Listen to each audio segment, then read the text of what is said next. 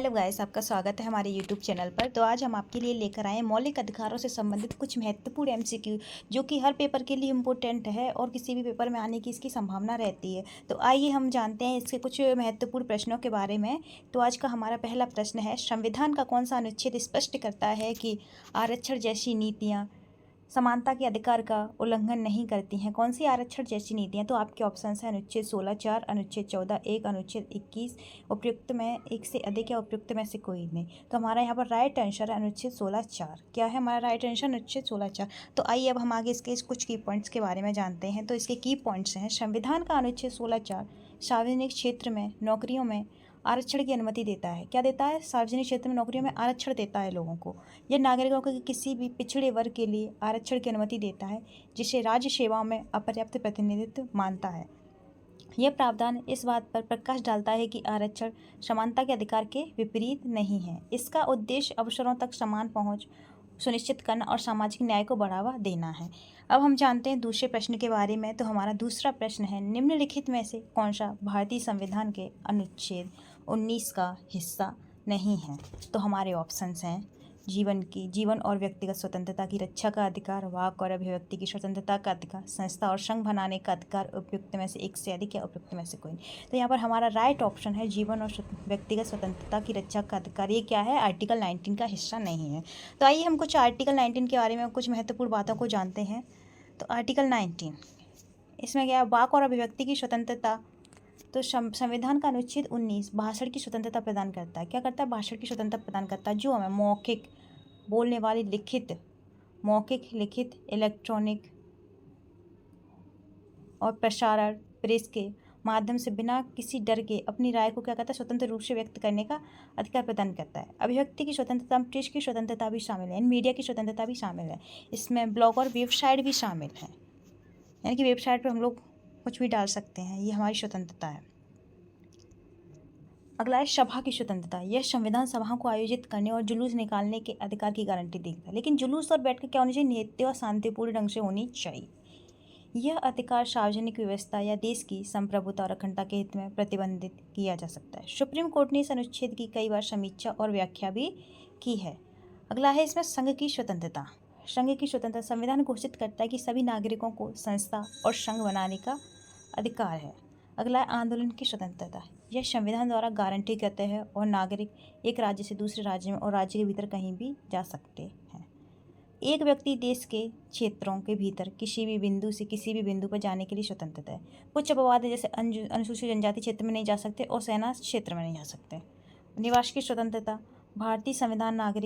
भारतीय नागरिक किसी भी राज्य में निवास करने के लिए स्वतंत्र है, किसी भी राज्य में, फिर से यह कुछ प्रतिबंधों के अधीन है।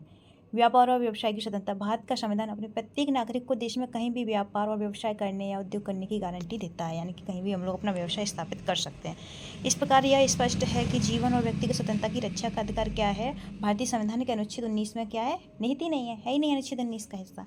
अगला क्वेश्चन है हमारा, भारतीय संविधान के नागरिकों को निम्नलिखित में से कौन सा अधिकार और विशेषाधिकार प्रदान करता है और विदेशियों को प्रदान नहीं करता है? हमारे ऑप्शन है सांस्कृतिक और शैक्षिक अधिकार, स्वतंत्रता का अधिकार, शोषण के खिलाफ अधिकार, अवसर की समानता का अधिकार। तो नीचे दिए गए कूट का प्रयोग कर सही उत्तर चुनें। तुम्हारे कूट हैं 1 और 2, 2 और 3, 1, 2 और 4, उपयुक्त में एक से अधिक, उपयुक्त में से कोई नहीं। तो हमारे यहाँ पर सही ऑप्शन है ऑप्शन 3, 1, 2 और 4। 1, 2 और 4 क्या दिया है इसमें? 1, 2 और 4 दिया है सांस्कृतिक और शैक्षिक अधिकार। सांस्कृतिक और शैक्षिक अधिकार। 2 कौन सा? स्वतंत्रता का अधिकार है, अवसर की समानता का अधिकार है। अब इसकी हम व्याख्या देखते हैं। निम्नलिखित को विदेशी नागरिकों के लिए अस्वीकार कर दिया गया, जिन्हें एलियन भी कहा जाता है। विदेशी नागरिकों को एलियन की संज्ञा दी गई। जैसे अगर कोई भी ग्रह का आदमी हमारे यहाँ आए तो उससे हम एलियन की संज्ञा देते हैं। वैसे किसी अन्य देश का व्यक्ति हमारे यहाँ आए तो उससे क्या दिया गया? एलियन भी कहा गया है। जैसे धर्म, नस्ल, जाति, लिंग या जन्म स्थान के आधार पर भेदभाव का खिलाफ अधिकार, अनुच्छेद 15। अगला पॉइंट है सार्वजनिक रोजगार के मामले में अवसर की समानता का अधिकार। ये क्या है? अनुच्छेद 16 में। अतः कथन 4 क्या है? सही है। भाषण और अभिव्यक्ति, सभा, संघ, आंदोलन, निवास और पेशे की स्वतंत्रता का अधिकार, ये किसमें? अनुच्छेद 19 में है। अतः कथन 2 क्या है? सही है। सांस्कृतिक और शैक्षिक अधिकार किसमें? अनुच्छेद 29 और 30 में है। अतः इस हिसाब से क्या हमारा कथन 1 सही है। लोकसभा और राज्य विधानसभाओं के चुनाव में मतदान का अधिकार, संसद और राज्य विधानमंडल की सदस्यता के लिए चुनाव लड़ने का अधिकार, कुछ सार्वजनिक कार्यालयों यानी कि भारत के राष्ट्रपति, भारत के उपराष्ट्रपति, सर्वोच्च न्यायालय और उच्च न्यायालयों के न्यायाधीश, राज्यों के राज्यपाल, भारत के अटॉर्नी जनरल और राज्यों के महाधिवक्ता को धारण करने की पात्रता।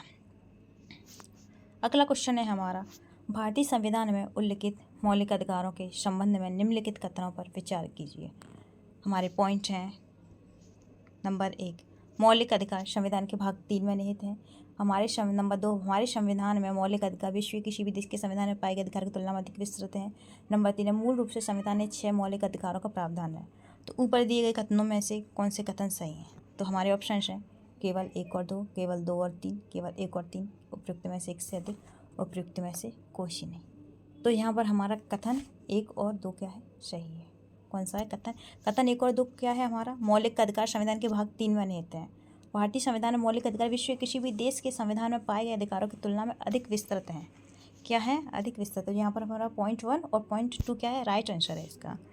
तो आइए अब हम इसके कुछ की पॉइंट्स के बारे में जानते हैं, मौलिक अधिकार के बारे में।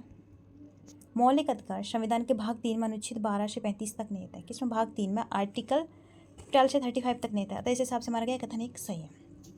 इस संबंध में संविधान निर्माताओं ने संयुक्त राज्य अमेरिका के संविधान अर्थात बिल ऑफ राइट्स से प्रेरणा ली है। संविधान के भाग 3 को भारत का मैग्ना कार्टा के रूप में वर्णित किया गया है। इसमें न्याय संगत मौलिक अधिकारों की बहुत लंबी और व्यापक सूची है। क्या? न्याय संगत मौलिक अधिकारों की। वास्तव में हमारे संविधान में मौलिक अधिकार संयुक्त रूप से अमेरिका सहित विश्व के किसी अन्य देश के संविधान में पाए गए अधिकारों की तुलना में अधिक विस्तृत है। अतः इस हिसाब से हमारा क्या कथन 2 सही है। संविधान द्वारा सभी व्यक्तियों को बिना किसी भेदभाव के मौलिक अधिकारों की गारंटी दी गई है। वे सभी व्यक्तियों को समानता, व्यक्ति की गरिमा, व्यापक सार्वजनिक हित और राष्ट्र की एकता को बनाए रखते हैं। अब हम देखते हैं हमारा नेक्स्ट और लास्ट क्वेश्चन है, निम्नलिखित में से किसे संविधान या 86वां संशोधन अधिनियम 2002 द्वारा शामिल किया गया है? 86वां संविधान संशोधन अधिनियम 2002 द्वारा शामिल किया गया है। तो हमारे ऑप्शन हैं यहाँ पर, लोकसभा की सीटों को पुनर्समायोजन, राष्ट्रीय अनुसूचित जनजाति आयोग, क्षेत्रीय निर्वाचन क्षेत्रों का पुनर्समायोजन, मौलिक अधिकार के रूप में प्राथमिक शिक्षा, उपयुक्त में से कोई नहीं। तो यहाँ पर हमारा राइट ऑप्शन है मौलिक अधिकार के रूप में प्राथमिक शिक्षा, यानी कि पॉइंट नंबर 4 हमारा राइट आंसर हो जाएगा यहाँ पर। तो आइए अब हम इसके कुछ की पॉइंट्स के बारे में और जानकारी प्राप्त करते हैं। तो इसके की पॉइंट्स हैं, संविधान का अधिकार, भारतीय संविधान का 86वां संशोधन 6 वर्ष की आयु तक प्रारंभिक बाल देखभाल के अधिकार और 6 से 14 वर्ष की आयु के बच्चों के लिए शिक्षा का अधिकार की क्या देता है? गारंटी देता है। इसने राजनीति के निर्देशक सिद्धांतों के अनुच्छेद 45 प्रारंभिक बाल अवस्था शिक्षा को क्या किया है?